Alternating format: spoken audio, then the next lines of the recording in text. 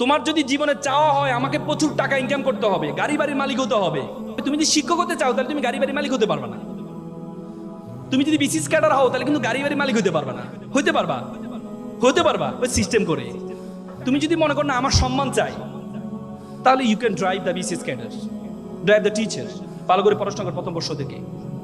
আর তুমি যদি মনে করো প্রচুর টাকা ইনকাম করতে হবে, গাড়ি বাড়ির মালিক হতে হবে, তাহলে তোমাকে স্বাধীন পেশা নিতে হবে, ব্যবসা করতে হবে। ব্যবসা জিনিসটা কেমন কেমন, কিন্তু আল্লাহ তাআলা কোরআনে একমাত্র পেশার কথা বলেছেন, উল্লেখ করেছেন, সেটি হচ্ছে কি? ব্যবসা। আহাল্লাল বাইয়া ওয়া হাররামার রিবা। আল্লাহ বলেছেন আমি তোমাদের হালাল করেছি কি? ব্যবসাকে তোমাকে হালাল করেছি।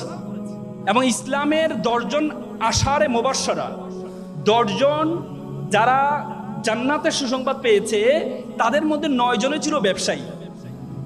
এবং prophet was also the businessman, জানো তো? হ্যাঁ, তার মানে ব্যবসাটা এটাকে এমফেসাইজ করেছেন। আলিবাবার প্রতিষ্ঠাতা জ্যাকমাকে বলেছিল, জ্যাকমা বলেছে তুমি যদি বিড়ালকে যদি বলা হয় তুমি কি $100 একটা নোট নিবে নাকি একটা কলা নিবে, বিড়াল $100 গ্রহণ না করে কলাটি গ্রহণ করে নেয়।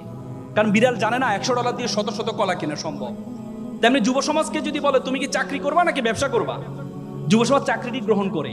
যুব সমাজ জানে না ব্যবসা দিয়ে শত শত জনকে চাকরি দেওয়া সম্ভব। সুতরাং তোমাকে সে ব্যবসায়ী চিন্তা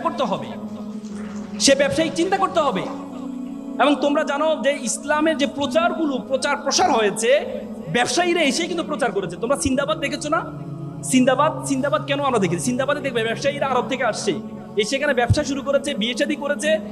মানুষ দেখেছে যে অন্য ব্যবসায়ী আর এই ব্যবসায়ীর মধ্যে পার্থক্য আছে। এই ব্যবসায়ী কথা সালাম দেয়, সুন্দর কথা বলে, হ্যাঁ, স্বচ্ছতা আছে। তখন মানুষ একজন করে কি ইসলামের দিকে ঝুঁকে যায়।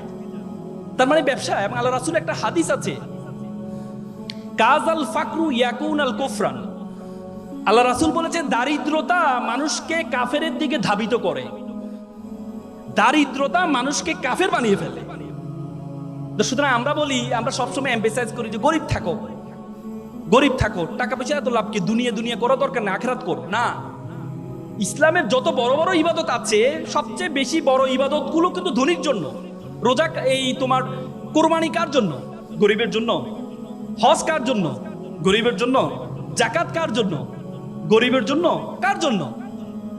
ধনীর জন্য। আল্লাহ তাআলা কোরআনে আকিমুস সালাত ও আতুজ যাকাত, যাকাত আদায় করতে বলছে, যাকাত প্রদান করতে বলছে, যাকাত খাইতে বলে নাই। আর আমরা ইসলামটাকে বানাই নিয়েছি যে এটা গরিবের ধর্ম। তোমরা জানো ব্রিটিশরা যখন আমাদের এই উপমহাদেশে আসছিল,